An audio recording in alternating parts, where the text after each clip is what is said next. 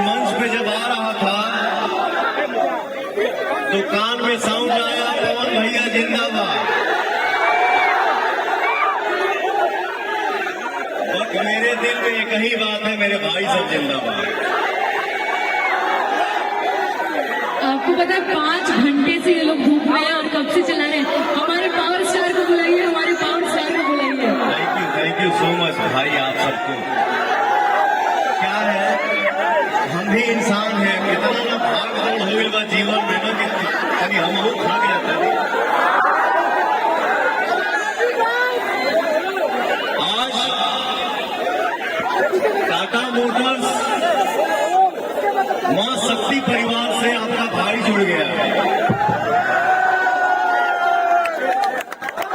और इस परिवार से जो भी हमारे भाई हैं, भैया हैं, बाबू हैं, बच्चियां हैं, आप सभी को दिल से धन्यवाद कि आप लोगों ने मुझे आज यहाँ सम्मान दिया।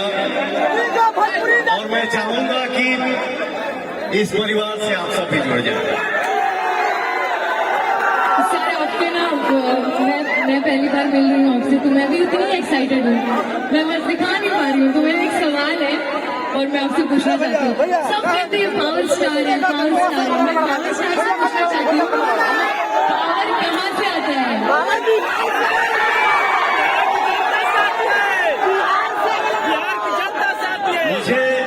मुझे सिर्फ इतना ही पता है कि मैं कोई स्टार नहीं हूँ। क्या बात कर रहे हैं?